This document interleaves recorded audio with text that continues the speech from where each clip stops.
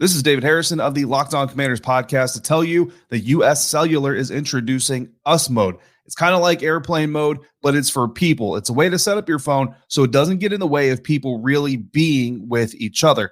Block distractions and make way for real connection. Give it a try. Visit US Cellular in-store or online, and they'll help you set up your phone for US Mode for free, even if you're not a customer. Built for superior 5G connection and real human connection. US Cellular, built for us. Find out more at uscellular.com/find us.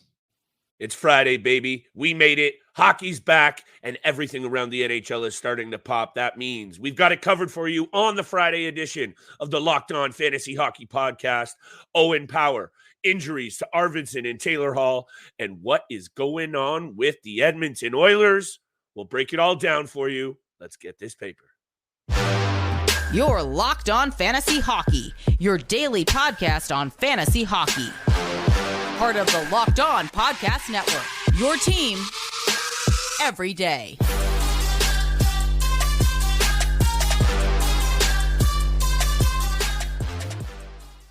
Welcome back inside the lab to your source for fantasy hockey news and daily breakdowns on the betting board in the NHL realm, the Locked On Fantasy Hockey Podcast. I am joined, as always, by my distinguished co-host, Mr. Steele Roden. And on this side of the microphone, it's your boy, Big Flip Livingstone, here for another fire episode, everybody, of what you need to know from around the world of NHL and fantasy hockey. Thank you for making us your first listen every single day. Today's episode is brought to you by Jace Medical. Empower yourself when you purchase a Jace case, providing you with a personal supply of 5 antibiotics that treat 50 plus infections. Get yours today at jacemedical.com. That's JASE medical.com. Steele, I can't do this show without you, brother. That's what Thursday's episode for sure proved to me. My voice went on me. I was trying to run the ones and twos. It was a bit of a disaster. Thank you for joining me once again. I seriously need you here every single day. That's number one. I got to show you that love. Owen Power's extension. Some interesting numbers here to be had. I want to talk about the comparison to Jake Sanderson's contract very quickly. What is going on out west? That Canucks-Oilers game was an interesting one.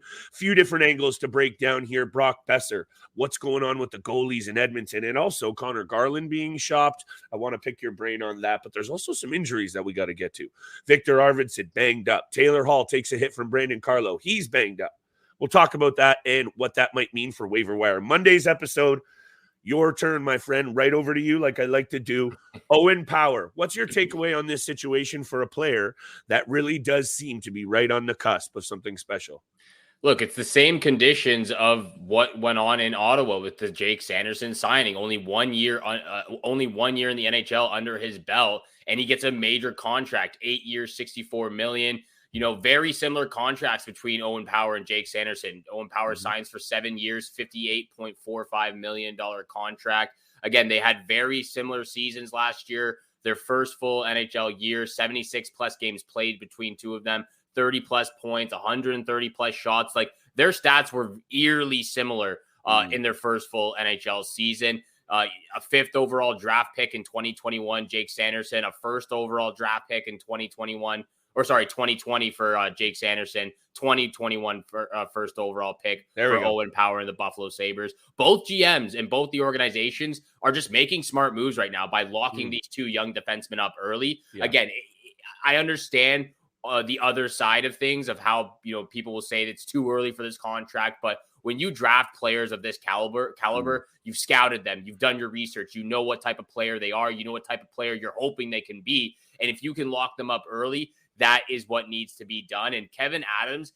and the Sabres' entire organization has been on a roll over the last 3 years since he's taken over as GM. A phenomenal job of drafting, developing, and most importantly, again, locking up his players for long term. One of the key things that Adams has talked about is identifying your core group, and he's successfully done that with signing 5 major players all the way through 2030. You know, they have a few more players on entry-level contracts like Zach Benson, Peyton Krebs, Jack Quinn, Devin Levi being one of them. And that, to me, is where this conversation from Owen Powers, these young guys, really turns, is they've solidified, they've identified their core group. They fit in those depth players to fill in those holes and find those chemistry for their superstars. And now with Devin Levi, hopefully his game makes it clear early on that he is the future in the blue paint and the clear number one for the Sabres moving forward. And now Kevin Adams just has to sit back and hope all of his hard work of shaping and building this team pays off, because he's got the players under contract. He's got the depth players. He's brought in a few veteran players as well. It's really just hoping that all of these players that he's drafted and now long-term signed, and, everyone, still at a young age, that they're going to develop properly. They're going to become who they believe they are going to be, and get the job done sooner rather than later. Dahlin, Power, Matthias Samuelsson, all locked up through 2030. I also made the flub on the other episode when we were talking about these very same Sabres after the Dahlin signing. I didn't give love to first overall draft choice Erik Johnson, Steele. So this team actually has 3 number 1 overall draft picks on the blue line. And I know Erik Johnson's not someone we're going to talk about on this show. But what's interesting is you mentioned all the signings, you mentioned all the money that Adams has thrown around. They still project to have almost $25 million in cap space next summer. So this team is not only headed in the right direction on the ice in terms of the product, in terms of the results, in terms of obviously the offensive output, but it's also headed the right direction in terms of how it's being built from the ground up, salary-wise and otherwise. This kid, though, Steele, last year, 35 points in 79 games, really good underlying offensive metrics, only 27 hits for a guy that's 6'6". I hope that he comes into his frame a little bit more. He's 220 pounds. I'd like to see him add a few LBs in the gym and really establish himself, just like his teammate Rasmus Dahlin has done over the last couple of seasons with the physicality. We know what he was able to do in 2 years at Michigan offensively. I want to see this kid bring the body. He's a big lad, Steele. I know you and I haven't met in person still, but I'm a big boy at 6'7". And if I was playing in the NHL and I was 220 pounds and Owen Power, I'd be throwing my body around a lot more than 27 times last year, but he's young, he's coming, and he's locked up now. Maybe it was a little early. I like that point you made, but I don't think so for what the ceiling is projected to be. And also, let's be very honest, what's happening in Buffalo right now, we love. Let's talk about these injuries, though. Where do you want to start? Taylor Hall or Viktor Arvidsson? Because both might not exactly jump off the page. And I don't have the rostered percentages up. I can pull those up in a very quick second. But both of these guys are fantasy relevant, and both of them are probably now you're going to have to head to the waiver wire on Monday, because it sounds like they're both going to be out at least a week or two. Yeah, let's start off with Taylor Hall and the Chicago Blackhawks. Out week to week right now. He got injured in the game against the Boston Bruins. It seems like there might be some turmoil from when he got traded last season, or traded in the offseason. So not sure what was going on there, but, a very aggressive step up from Brandon Carlo. It looked like it could have been interference. Again, it's an upper body injury. To me, it looks more like concussion. It looked like he got a little bit of the shoulder, a little bit of the elbow on the head. And again, it was to no one's fault. Taylor Hall was sort of a lower than usual, or lower than you would expect when you're going for a body check. Nonetheless, it looked like interference. It's going to be tough without Taylor Hall, obviously, as Connor Bedard and him and Ryan Donato really tried to find their chemistry. There are only 2 games in the season. They win their season opener on the road against the Pittsburgh Penguins. They lose 3-1 to the Boston Bruins. Not a bad game. They played pretty well against Boston as well. Yeah, they did play pretty well. Again, Linus Allmark stepped up and was playing really solid in the blue paint as well. But it's going to be tough. Again, we've talked about this. Connor Bedard is able to elevate whoever he plays with, so it really doesn't matter. But you would like to have Taylor Hall there, of course. I agree. Because the season just started. You're still finding the chemistry. And again, if you have Taylor Hall in your fantasy team, that's going to suck real bad for the next couple of weeks, or at least a week. But what the big surprise for me has been Ryan Donato. The play of Ryan Donato has been really good so far. Again, short sample size, but 2 points, goal and an assist, 7 shots in 2 games. He's looked 18 and a half minutes of ice time, which is like 4.5 minutes more than what he typically has gotten. Really good sign. Entire NHL career. And he's looked really good with Bedard so far. So without Taylor Hall, Donato stepping up, and whoever gets placed on that left wing side, whether it's Tyler Johnson, maybe Lucas Reichel gets a move up there for a little bit. Who knows? But whoever's going to fill that spot, keep an eye out them on the waiver wire, try to pick them up. Taylor Hall rostered at 50% in Yahoo leagues, obviously dropping somewhat. I think I saw this a little higher earlier today, and that makes sense. Gone are the days of him being a very elite fantasy piece, but just the connection with Bedard, a lot of people talking about Donato and his good start. We had to just come on here and highlight this situation because maybe Donato gets a little bit more love, more minutes even. Yeah. Someone is going to maybe move up that lineup. This is the situations that you have to really keep your eyes on, much like the Viktor Arvidsson injury, which we'll talk about right after the break. And there's a lot to talk about out west. Canucks, Garland, Edmonton, goalies, and of course, Friday's big time bets, baby. But today's episode is brought to you by Jace Medical. Everybody should be empowered to care for themselves and their loved ones during the unexpected. That's why Jace Medical offers the Jace Case. The Jace Case provides 5 life-saving antibiotics for emergency use and gives you peace of mind so that you're not just hoping you have access to medication in emergency. Jace Medical makes sure you have the medication in hand. Jace Medical is simple. They handle everything from the online evaluation to licensed pharmacy, medication delivery, and ongoing consultation and care. Don't get caught unprepared. Get $20 off on these life-saving antibiotics today from Jace Medical by using my code LOCKEDON at checkout on jacemedical.com. That's JASE medical.com. What's up, guys? Trey Matthews of Locked On Devils here, and let me tell you something about Discover. If you like using your debit over credit, I just learned about something that's definitely a game changer. Discover Cashback Debit. It's a checking account that rewards everyone with cashback on everyday purchases. That means you can get cashback on NHL tickets or head-to-toe hockey gear to make this season a total win. Check out eligibility and terms at discover.com/cashbackdebit. Discover Bank, member FDIC. And thank you so much for making the Locked On Fantasy Hockey Podcast your first listen every single day. We are a part of the Locked On Podcast Network, where you can find your favorite team from all four major sports leagues, including the NCAA. Your team every single day. Make sure you hit the subscribe, hit the follow button, leave a 5-star review. We appreciate all that love and support you show us over on Twitter, as well as in the comments on the YouTube channel. Thank you so much for tuning in Monday through Friday. Continuing on the topic and the conversation of injuries, this one is pretty big to the LA Kings lineup. Viktor Arvidsson is out long-term, moved to the LTIR. And I know for you and I, we both really like this player. We talk about him, it seems like at least once a month on the waiver wire, because he just always seems to be out there. Waiver wire darling. Waiver wire darling indeed. But I want your take on this and how it's going to affect the LA Kings. Again, moving forward, they've only played one game against the Colorado Avalanche. Appreciate that. Number one, Cam Talbot did not look good. I know that overall the team around him wasn't solid, but I think you and I were both a little wary of what that Cam Talbot Phoenix Copley tandem was going to turn out to be. Steele. I know it's only one game, but that was one of my takeaways against Colorado too. So. And I know one game, but that was my first takeaway. But anyway. Viktor Arvidsson, rostered in 73% of Yahoo leagues. When I looked into his numbers, Steele, he's also just been such a very consistent all around, right around 45, 55 points most of his career. He scrapes that 60-point plateau, brings some blocks. Yeah, the hits aren't there, but he really is a solid all around player. And more importantly, and I think this is to your point about let me get all around to how this affects the Kings, that chemistry that he's formed on the third line with Trevor Moore and Philip Deneau, it's maybe not been their most offensively potent line still. We know up front where the, Adrian Kempes of the world lie, but it's probably been their most consistent and all around effective. And I think if the goaltending gets off to a slow start, Arvidsson now, let me bring this up. I was just looking at it. Going on LTIR, he has to miss a minimum of 10 games or 24 days. So that means the earliest he can come back is November 4th.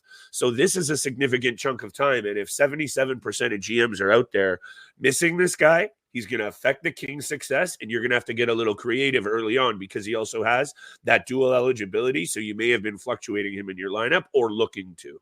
Yeah, and he's already dropped 8% on ESPN fantasy hockey leagues as well. So he's down to below 50%, I believe it is. So it's already affecting people's fantasy teams. Again, if you don't have an extra IR spot or they're all taken, you might have to drop this player for the time being, because like Flip said, he is out for a minimum 10 games since being moved to the LTIR. And like you said, my first note here on my Word doc, been probably the most consistent player for the LA Kings since joining the club in 2021. Been one of their better players almost every night.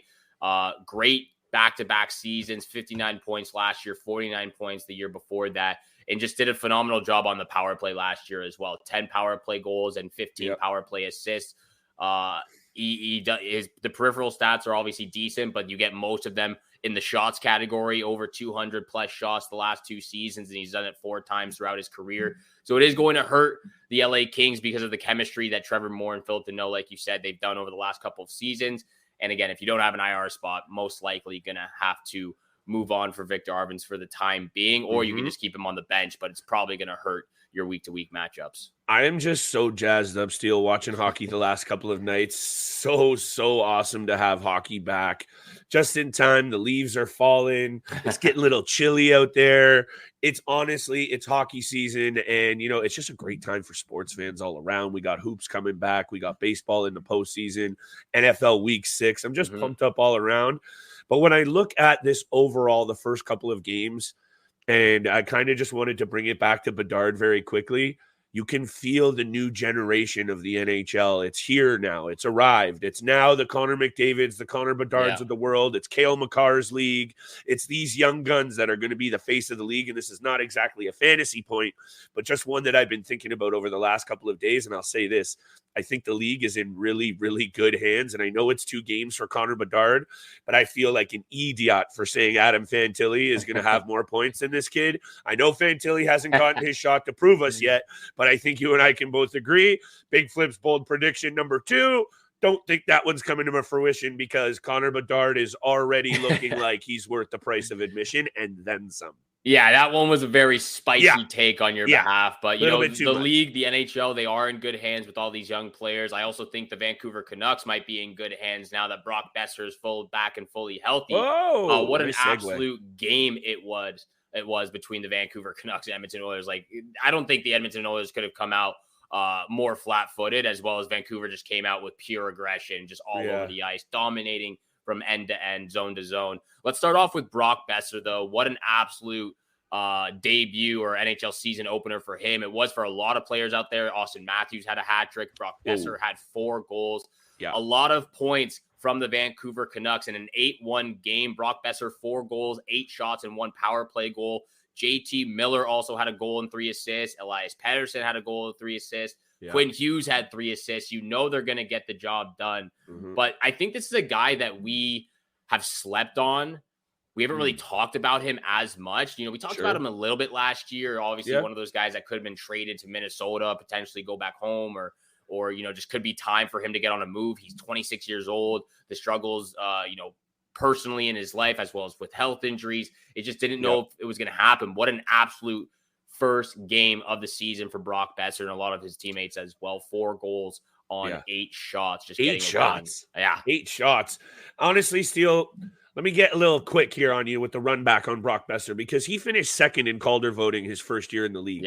Blowing the doors off of people with 55 points in 62 games, and follows that up with 56 in 69 games. And I can remember watching this player very closely when I did work at the Score at the time, and he was on pace and on a trajectory to really, and by the way, if you're not on YouTube, make sure you're on there and smashing the subscribe button. Steele's got the new fire graphics out there. We're going to be working in these new graphics into every single episode, so make sure you check us out on YouTube. But Brock Boeser had that elite release, Steele. He had an elite shot. He had it all going on, and then getting a little bit banged up, and I think the off-ice issues obviously played into it. It really looked like he lost his mojo, so maybe this is a reset. You and I were both saying that we thought maybe he needed a change of scenery, like you alluded to there, as that reset, but it looks like maybe he's done it himself, and I know it's 1 game, but you and I talk a lot about 2 categories really being indicative of confidence in a player and the coach and bench confidence in a player. And that's shots on goal and time on ice. And I know it's 1 game, but almost 19 minutes in ice time and 8 shots on net. I think he had something like 11 attempts. Those are really, really good indications for, are we ready to say this guy's back on pace at almost a point per game player? I don't know, but it's a really, really good sign, and also great for Vancouver. Great sign for Vancouver to get him going, as well as, again, just a great start overall. Thatcher Demko battling the flu in game 1 as well. Puked in his mask. Did you read that? Puked in his mask, but he still didn't want to come out of the crease. He wanted to get in there because he was doing what an absolute stud. We're going to get to the Edmonton Oilers goaltenders after the break, as well as with big time bets. But let's quickly finish off with Connor Garland. I know you want to talk about this a little bit about his agent already going out there looking for some trade requests. And what's interesting, Steele, is, and here's the quote for the people who aren't on YouTube. There's a word this afternoon, and this is from Elliot Friedman, that Vancouver granted Connor Garland permission to talk to other teams about a potential trade. There is obviously the tight cap situation to see if there is a better fit around the league. For a guy in Garland, 17 goals, 29 assists last year, Steele, he's one of those guys that gets a little streaky. He doesn't necessarily bring that consistent offensive value, but he can get hot at times, and I think he's proven that he can score at the NHL level. Maybe his all-around game leaves a little bit to be desired. But what's also interesting, and I read this the other day, he just recently switched representation. So he has a new agent, and the name is drawing a blank, but the basic point is the agent that represents him now represents some very big names in the NHL that just secured their money, Austin Matthews being one of them. So Connor Garland is here to get paid. I just don't know by who. Yeah, and that's the thing, at the very beginning of when Vancouver made that trade with Arizona for Oliver Ekman-Larsson and Connor Garland, it looked like a good trade. It looked like a good signing afterwards, but look what happened. They buy out Oliver Ekman-Larsson with 4 years left on his contract, and Connor Garland just hasn't really panned out as well the same way. And I understand that, overall his stats aren't bad. 46 points last year in 81 games, 52 points in 77 the year before that. He's not hitting the 20 goal plateau that Vancouver would expect him to hit. Yeah. And it's honestly just, it's not the best contract. It's not the worst. He's making just under $5 million per year, but seems a little high. Just seems a little high. Points aren't bad. Production's not terrible, but you expect a little bit more out of him from making that trade. And it's really just hurt them with the cap situation as well. So if he continues to play like he did in game one, I know he only had one goal, but he was all over the ice. He was really into it. And he's ready to get out of there. Yeah. So he's got to play his best. He's got to put on a show if he wants to trade out of there. But yeah, it's definitely going to be interesting. Vancouver, see how they bounce back. Great game one. Against the Edmonton Oilers. We'll talk quickly about the goalies, and then we'll move on to big time bets. But this episode is also brought to you by Sleeper. The NHL season is finally here, and we got you covered here on the Locked On Fantasy Hockey Podcast. I absolutely love the NHL. So does Flip, and I know you do too. That's why I want to tell you about the Sleeper app. The Sleeper app is the official daily fantasy app of the Locked On NHL network. And it's my go-to for daily fantasy sports and especially daily fantasy hockey. With Sleeper, you can win 100 times your cash on daily fantasy, and fans can also play daily fantasy NFL, NBA, MLB, CFB on Sleeper. The NHL has never been more exciting than it is now, with studs like McDavid, Ovechkin, Crosby, and Cale Makar at your fingertips. And just pick more or less on stats for these stars, on stats like goals, assists, save, plus, minus, and many more options. You heard me, fantasy hockey fans. 100-time payouts on Sleeper. So start paying attention and get your picks right, and you could win big. Use promo code LOCKEDONNHL, and you'll get up to $100 match on your first deposit. Terms and conditions apply. That's Locked On NHL. See Sleeper's terms of use for details. If you're a business owner, listen up. Your company could be mentioned right here. With the NHL season right around the corner, Locked On has a special locals-only NHL kickoff package. 2 local businesses, yes, only 2 local businesses can sponsor this podcast for the upcoming NHL season. Find out how you can get this exclusive sponsorship and hear your business on this podcast. Text the word advertising to 33777. Or visit LockedOnPodcasts.com/advertising and let us know who you are. Our team will assist you to achieve advertising success with Locked On. Once again, text the word advertising to 33777 or visit LockedOnPodcasts.com/advertising. We look forward to hearing from you. And thank you so much for making the Locked On Fantasy Hockey Podcast your first listen every single day. Continue to hit that subscribe, hit the follow button, leave a 5-star review. Flip and I appreciate all that love and support. Yes, sir. What we don't appreciate, though, is the brutal start for the Edmonton Oilers in the crease. Flip was just talking about this on the solo episode the other day. Yeah. But an 8-1 blowout for the Vancouver Canucks against the Edmonton Oilers. Jack Campbell lets in 4 goals, and Skinner and 4 as well. Stuart Skinner with 4 goals against in relief for Jack Campbell. What do you think goes on from here? Obviously, Skinner's got to come into the game. He's not warmed up. They're already getting dominated. Vancouver's pushing them around. Yeah, I think they got to go with with Stuart Skinner. Jack Campbell is just consistently inconsistent. Yeah, so he can't be the starter. Like you said, he's never been a true number 1 starter throughout his NHL career. He probably shouldn't be. I think they got to give the reins over to Stuart Skinner after that first game. How interesting is this, Steele? Not only did I, record the episode yesterday ahead of that debacle, and it just seemed very curious that they were going with Jack Campbell in game 1 at first glance. I know what happened that's now happened makes sense that we're talking this angle, but I actually did kind of understand why they wanted to run out Campbell first. $5 million a year, and I think it makes a lot more sense, like for the kid's psyche in terms of Stuart Skinner, that you let him come in after giving Campbell a shot. Let him get fired up. Let him think he needs to earn this spot.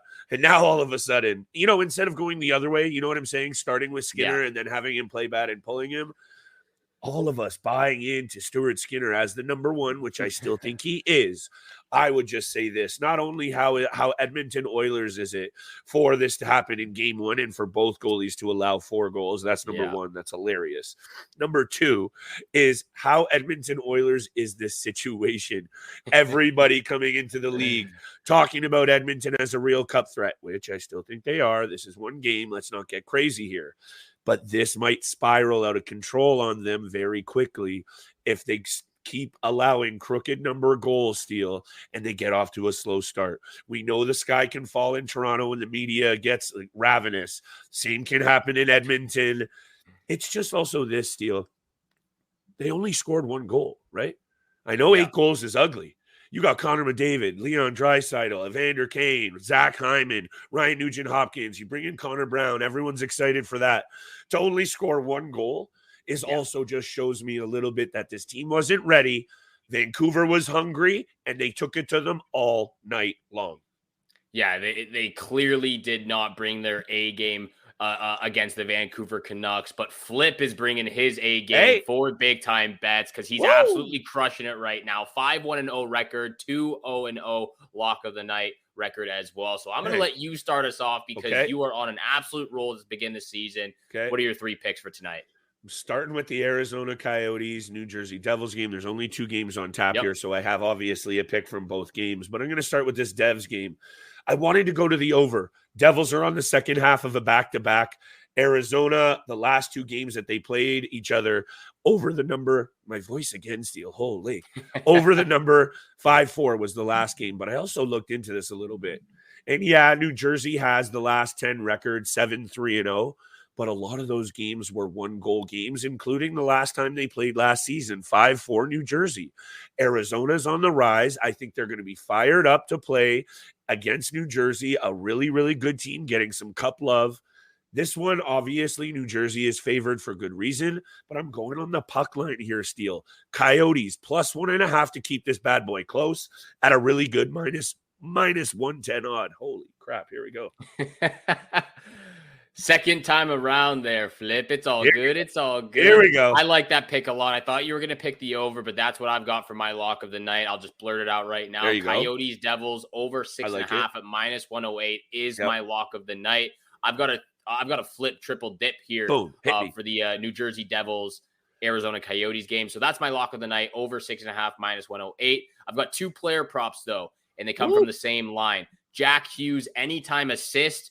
I think he's going to absolutely put on a dominant performance, setting up his teammates, getting that chemistry going nice and early for the New Jersey Devils. And I think he's going to pass to Tyler Toffoli for an anytime goal, whether it's on the power play or 5-on-5. I like both those players on the top line. I like both of those player props. You get, the odds aren't out right now. They're fluctuating, but they should be pretty juicy for the first game for the Arizona Coyotes and New Jersey Devils. So is this a classic triple dip? You're betting them all singularly, or are you going to do a little same game parlay again? A little both. A little action on Ooh. both. Single and same game parlay just to get some juicy flows going. Little Friday night picante. Okay, Steele. Last two picks. Pittsburgh at Washington, number 1. Yeah. If you're not tuned and tapped into this Friday night beauty, it might be one of the last times that you're going to get to see Ovi and Sid go toe-to-toe. You don't know what happens with injuries. You really never know what the rest of the season will hold. And with the NHL clawing back interdivision matchups, like the Leafs only play at home against the Montreal Canadiens Steele this year. That was it to open the season. No more times Montreal comes to Toronto all year.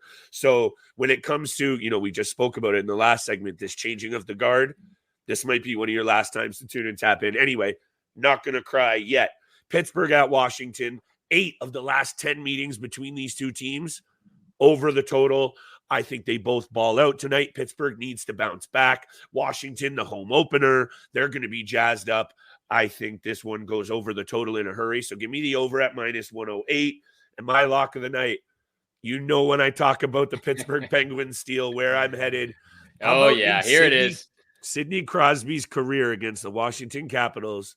He has the 4th most points in his career against any team, 86 points in 67 games, including 58 assists. Give me the Sidney Crosby anytime assist as my lock of the night. The odds are up and down, but go ahead and get yourself the best one. I knew it was going to make it to the Big Time Bets episode eventually. Surprised you didn't have that for the season opener against the Chicago Blackhawks. He scored. Yeah, he scored. He didn't get the apple, but he probably will against the Washington Capitals because that's what he does. Thank you so much for making the Locked On Fantasy Hockey Podcast your first listen every single day. Make sure you're tuning in Monday through Friday, 7 o'clock in the morning Eastern time is when you can find our episodes. And thank you again so much for tuning in for today's episode with Flip and I. Have a great day. Have a great weekend out there. Good luck with all your bets tonight. And we shall see you back here again on Monday.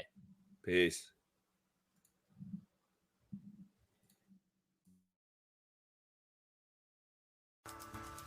If you're a business owner, listen up. Your company could be mentioned right here. With the NHL season right around the corner, Locked On has a special locals-only NHL kickoff package. 2 local businesses, yes, only 2 local businesses can sponsor this podcast for the upcoming NHL season. Find out how you can get this exclusive sponsorship and hear your business on this podcast. Text the word advertising to 33777. or visit lockedonpodcast.com/advertising and let us know who you are. Our team will assist you to achieve advertising success with Locked On. Once again, text the word advertising to 33777 or visit lockedonpodcast.com/advertising. We look forward to hearing from you. Hey, Prime members, you can listen to this Locked On podcast ad-free on Amazon Music. Download the Amazon Music app today.